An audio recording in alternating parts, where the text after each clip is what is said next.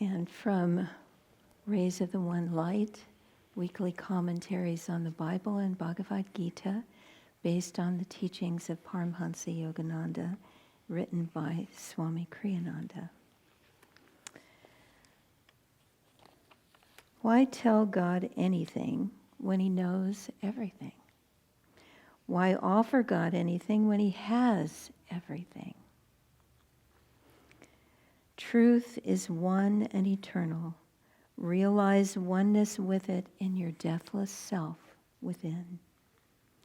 Jesus Christ teaches us the ideal prayer, one that addresses very human needs and demands of God. Give us this day our daily bread. Forgive us our debts as we forgive our debtors. Lead us not into temptation, but deliver us from evil. Jesus himself says, just before suggesting this prayer, your Father knoweth what things ye have need of before ye ask him. Why then his recommendation that we pray for anything?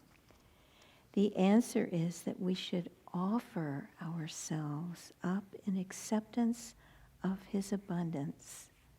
Don't pester God as though pulling at the sleeve constantly to get his attention. Approach him with the confidence of a child in its parent.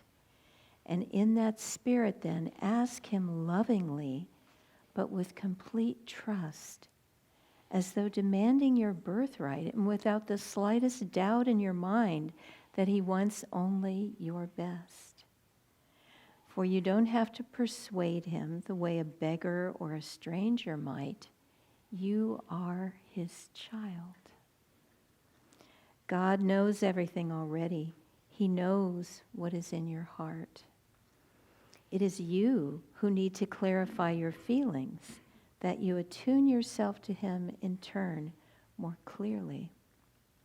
For only by such clarity will you be able to receive perfectly what he gives you. For the same reason we need to offer ourselves to him, not because he needs anything from us, except, as Yogananda said, our love to complete his love for us, but because by self-giving we expand our awareness from its confinement in the little ego outward to infinity. Those who partake of the nectar remaining after a sacrifice, says the Bhagavad Gita, attain to the infinite spirit. That person, however, who makes no sacrifice never truly succeeds in enjoying even the blessings of this material world. How then could they attain happiness in subtler realms? Thus, through Holy Scripture, God has spoken to mankind.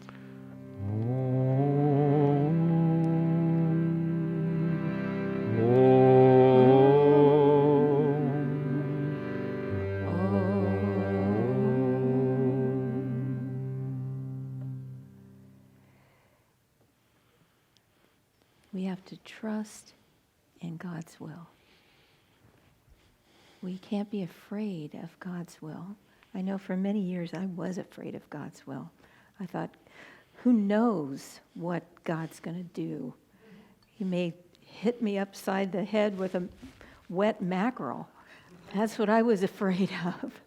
You never know. But as we follow this path, as we learn these teachings and try to act in the right way, try to think in the right way, try to think positively, try to give people the benefit of the doubt, try to be uplifted in our consciousness at all times, we start to put a toe in the water of trust in God. We start to think, well, maybe God does love me. Maybe God does want what's best for me. Maybe I have learned a few things from all those experiences that I thought were death. They all turned out pretty well. Let me put my foot in the water then. Let me step in. Let me try to really offer my heart. Let me start to trust. And when I was thinking of this, I thought of two instances when I was driving happily around doing errands one day in Nevada City, Grass Valley area, and I was in a southern exposure during all of this time, and it was the middle of winter, and then I went over a hill onto the northern exposure, and it was icy. And there was a lot of snow. This was many years ago. And I went off the road right into a big snowdrift before I could even think. And I was stuck. My little Dodge Colt was just up to its nose in snow. And I remember thinking, oh God, what am I going to do? And there was a knock, knock, knock on the window. Talk about answered prayer. And I rolled down the window, and there was this cowboy standing there and said, well, ma'am, you need some help me? You want me to help you drag your car out of the snow? And he hooked up his truck, and in 5 minutes, I was back on the road, driving very slowly, so that it didn't happen again. And I thought, God, you were taking care of me. Thank you. And how often do we forget to say thank you? We just think, oh, that was wonderful. I got good karma. But that was God. I cried out to him, oh God, even if it was more of an expletive than a prayer. But that's what he listens to the heart. And another time was similar. When we first started Crystal Clarity Design, working on Swami's books and albums, we had to drive from Ananda Village down to Sunrise Gold Circle, our little neighborhood here, and there was a graphic design place that we had to go to before we could actually send off our files. It was the Middle Ages. It was 1990s, early 1990s. Now you can do everything from your desktop. But in those days, we needed a match print from this little company. And rain or shine, or snowstorm or rainstorm, I had to come driving down here and then drive and wait for the stuff and then drive back, and it was always nighttime by the time I was driving back. Well, this one time, it was a driving rainstorm. And I forget, I think what it actually was it was nighttime, and I was so exhausted that I stopped in one of these little 24-hour places to get a cup of coffee so I could drive home and be awake. Well, since it was a driving rainstorm, I got all discombobulated, and I locked my keys in my running car. I really needed a cup of coffee. And I'm standing there in the rain, no umbrella, freaking out. How am I going to get into my car? And this angel appeared. I swear he was 9 feet tall and almost that wide. And he said, you got a little problem here, ma'am? I said, I was freaking. And God help him. I had this much of my window rolled down, and he manifested a hanger. How is that even possible? And he just slipped it in there, pulled the door up, and, like in the old days, you used to have a little button. Nobody remembers that. That's from the olden days. But anyway, he got me in my car. He was an angelic being. God manifested himself through that soul to help me. We have to trust. There's a story that I love about Thomas Edison, the American inventor.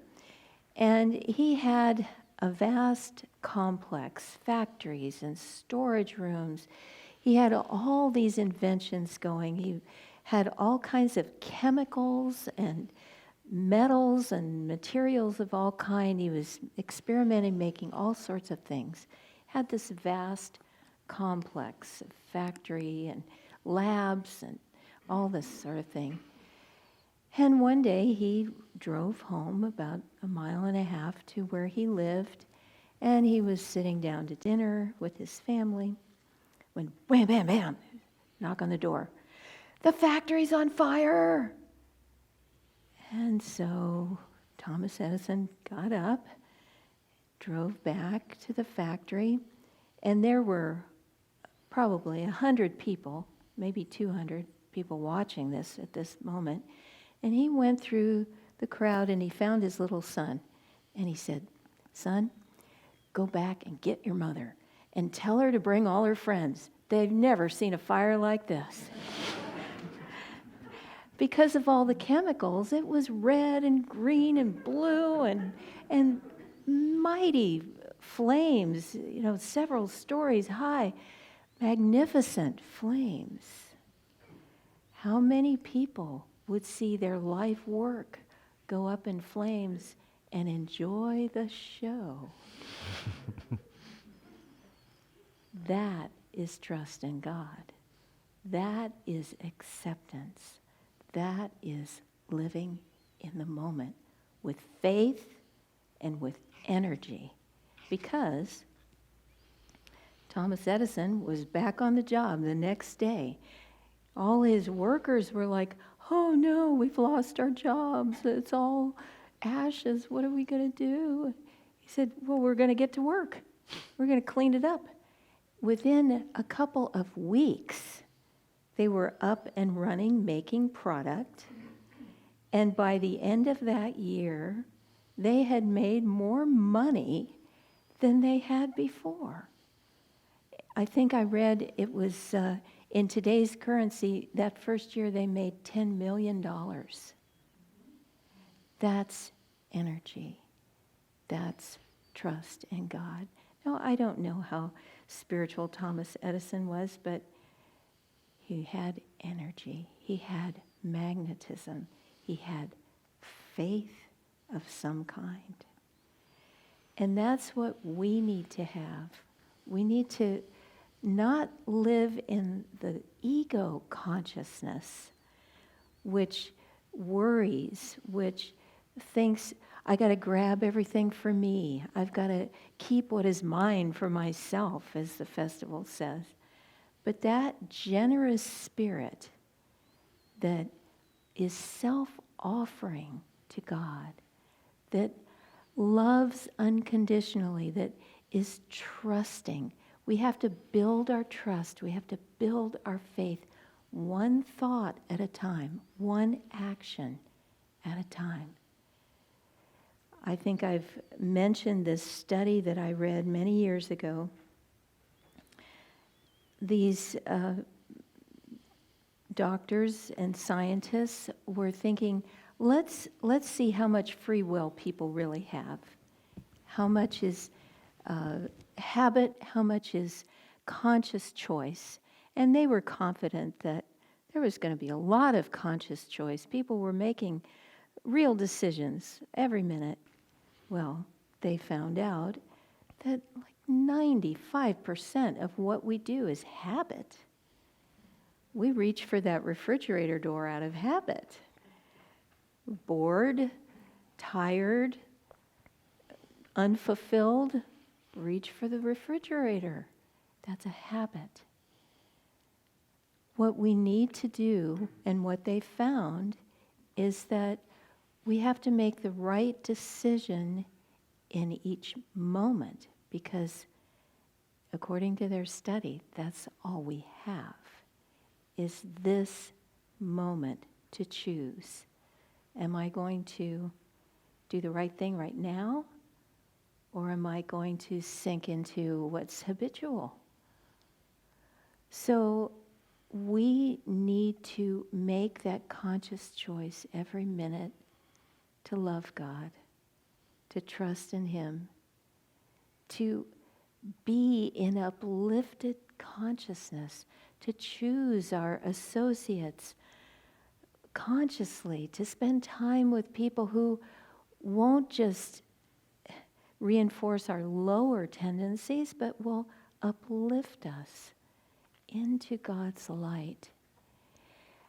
There was it's in this passage of the Bhagavad Gita in which Krishna is saying, those who partake of the nectar remaining after a sacrifice attain to the infinite spirit.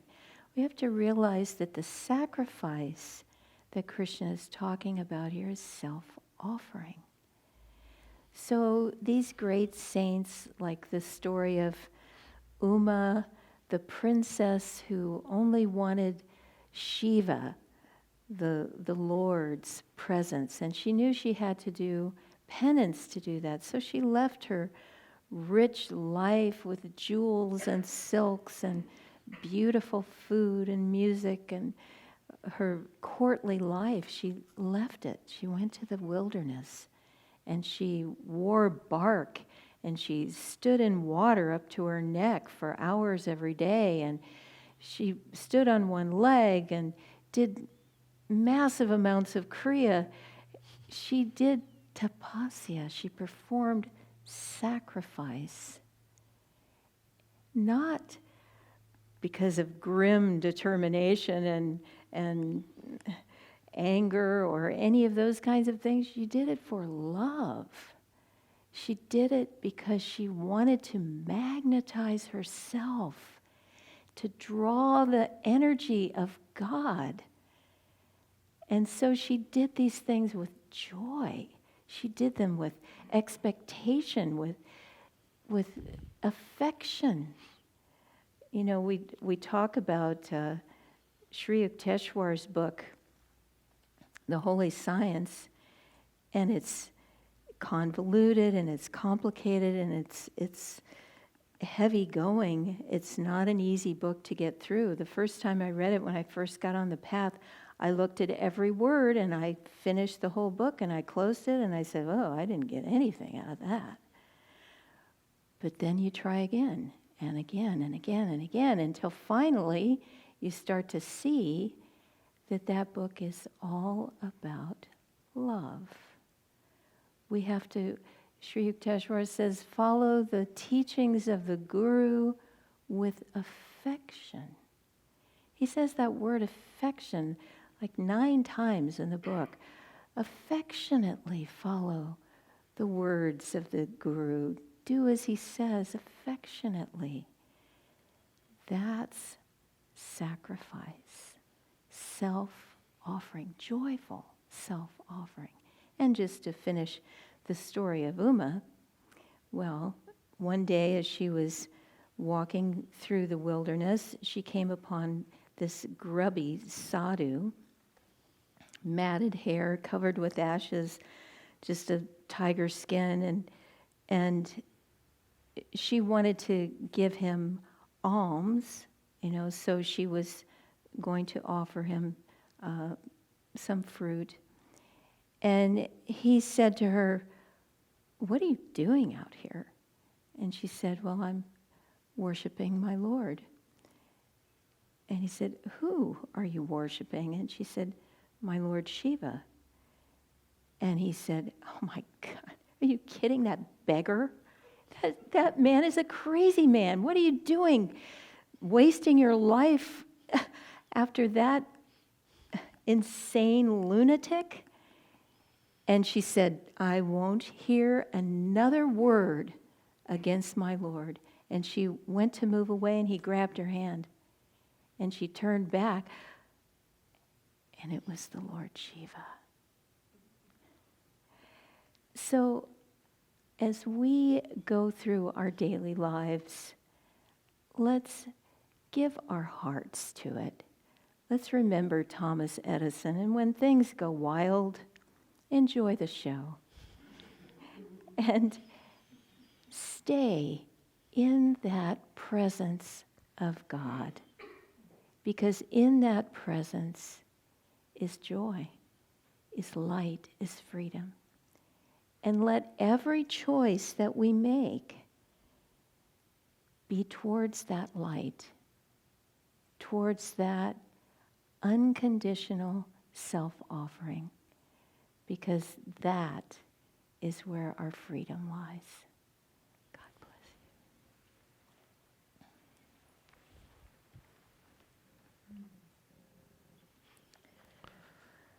you. This affirmation, acceptance, is beautifully paired with the reading today.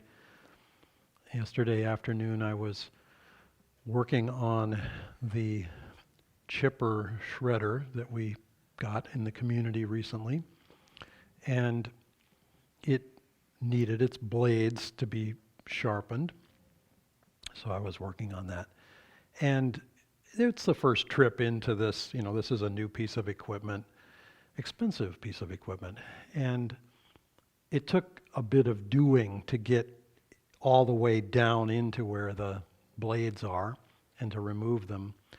And as it happened, I was listening to a talk that Yogananda gave, and it was his birthday. He was talking about the importance of self-offering, just as Nirmala was talking about just now, and loving God unconditionally.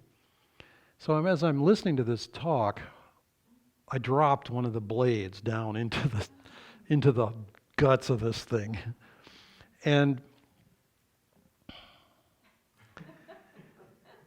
it was in one of those places where it was kind of impossible to get to. Your hand can only go so far down into some of these places. And, I don't have super big hands, but my hands are also not that small. And, I got a wrench, you needed something that was long and skinny and really strong, like a little grab at the end to get hold of this thing. And it took a while. But I remember thinking, because I also remembered the affirmation was acceptance. I remember thinking, first of all, you just have to be careful. Second of all, I don't know that, I would basically recommend listening to Master's talks at pretty much any time, day or night. However, when you're trying to do delicate work, it also pays to pay attention to what you're doing so that you don't drop the blade down into the middle of everything. I did get it out, by the way. All is well. The chipper runs fine. It did need its blades sharpened. Doesn't work well when the blades are not sharp. Everything else can be just perfectly fine, but if the blades are not sharp, big trouble. Anyway, we have to get in tune with what we're doing, and that attunement is a kind of sanctity. This being Halloween, the All Hallows Eve is where that word has its root, which is to say All Saints, which is typically celebrated tomorrow, November 1st. I thought to tell a couple of little stories about some saints that we don't hear about very often or ever. One of whom happened to have been my mother-in-law. Now, most people might choose a different word when they refer to their mother-in-law than saint. But in this case, it was quite true and valid. Now, I will add that saints are not always easy to live with. Saints can be challenging. They have a very definite idea. She had extraordinarily definite ideas about how things were supposed to be, how things are, etc. But one of the things that endeared her to me endlessly and I appreciated always and continue to appreciate is that her life was simple. She made her life simple. She did not choose the circumstances of her life. She had an extraordinarily difficult life, but she chose to do with that life what she could, and she did. And she basically had two modes. This is my way of understanding her approach to life. Mode A, and the most important, was prayer. She was always praying for somebody. She was either reading the Bible or praying. That was that activity, prayer. Second mode, she was cleaning something. Those were the two choices. She could be cleaning herself. She could be cleaning the house. You could eat off the floor at any time of day or night, any day of the week. She cleaned that floor every single day. She painted the garage floor I white. was just coming to that. Oh, sorry. Now, people do paint their garage floors, but they don't typically paint their garage floor white. My father observed this because when we lived in India, he wanted to connect with her and made a trip over to Ohio where she lived, specifically just to meet her because she didn't travel and he had never been able to meet her before that. Just sort of made this trip, arranged to greet her, to have a dinner and move on. And as he arrived, she was literally painting the garage floor white. And she did have a car, but of course her car wouldn't drip oil. I mean, just it wasn't allowed to drip oil. So it didn't. I just, I take that as a I mean, I've read this before in articles that actually sort of say, propose this little aphorism: when in doubt, clean something. When you don't have anything else to do, when you're sort of in between or whatever, clean something. Or in my case, fix something. The door that squeaks, the light bulb that burned out, the picture that's not hanging quite straight on the wall. I mean, there's just endless stuff to get to where the energy moves. That was one of the things that, in her case, every time we came, I had a list that she would make. And she was a little diffident about it initially. She'd have one or two things, and if I, did those, then more might show up. But later on, it was like, okay, let's, nice long list. And it always involved a ladder and climbing up and changing about 9 light bulbs. I even changed light bulbs that were not burned out because they were going to burn out before I got there the next time. And so I would, was proactive light bulb changing because, she wasn't going to get up way on that ladder anymore. But I loved it because you could go in that house and the energy moved cleanly and freely. But more important still was the prayer aspect. And she was part of our healing prayer group, and we sent her names of people, we'd send their photos. I mean, she had a long, long list of people she was praying for from all over the planet. She had names of people to pray for that she couldn't even pronounce, but she prayed for them anyway. And it was a huge part of her ministry, and it was extremely important to her. And I'll just close with a story or two of Swamiji, who again was a saint for us, for our lives.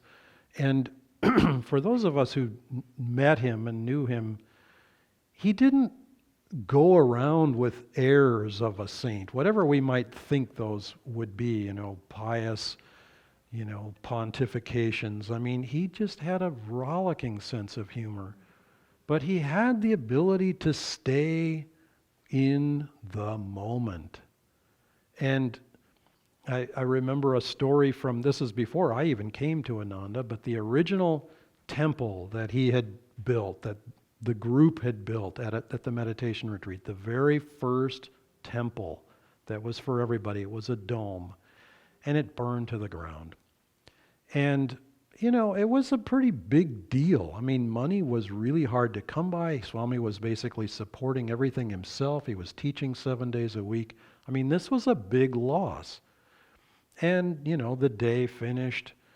Swami was down the hill at a store shopping, and then, news got around in the neighborhood pretty quickly there. There were not that many people, and word spread.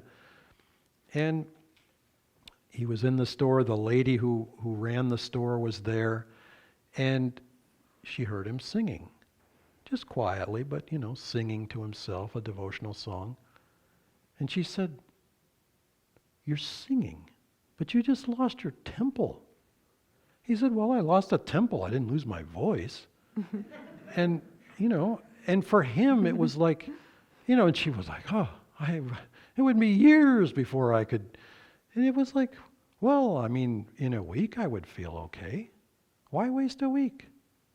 I mean, stay with what's here and now. Another time, he had a group of people going up to ski, and he was driving the car, just kind of like what Nirmala was describing. You get over the top and come down the other side, it could be very icy over there. Well, he had bald tires on this car. This was a car that we affectionately... No, actually it wasn't. This might have been a precursor to the car we called Air Force One, which was a $75 Chevy, one of these boats that you could rent the trunk out as an apartment if you wanted to. Anyway, they caught the ice, the car started fishtailing and smashed into a bus, a Greyhound bus.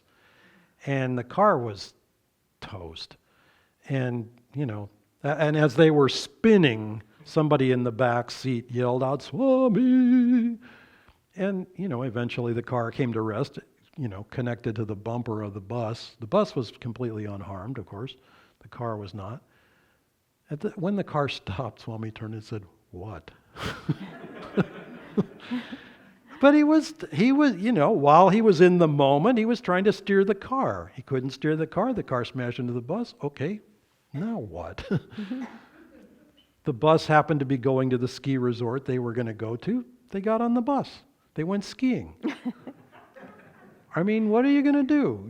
It's like, follow the path that God gives us to follow with affection, as Nirmala pointed out, with love, with devotion.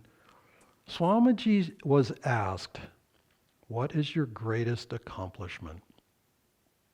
Now, you could fill in that blank in many different ways. He created communities. He wrote gazillions of books, incredible music, et cetera, et cetera, et cetera. He was a disciple of a great master. Swami said in that moment he felt his greatest accomplishment was the writing of the song, "Love is a Magician," which finishes with the words, "What a fool was I to turn away." And you could think, gosh, it's an affirmation of failure. But for him, it was an affirmation that I will never do that again. That belonged to other lifetimes. In this lifetime, I give myself unconditionally, unreservedly to my Divine Mother. And that's how he lived his life. And that song, even though it came in the mid-90s, was in some ways his ticket to freedom, because it closed a door forever to the entanglement of worldliness, the entanglement of worshiping the illusion instead of worshiping the Lord that created the illusion. And that path is for all of us. Now, we will follow it uniquely, but on this day where we honor the saints, or, the eve before we honor the saints, let's follow in their footsteps our own way to experience what they experienced. Because truly, just as the affirmation and the reading we're talking about, That is our birthright.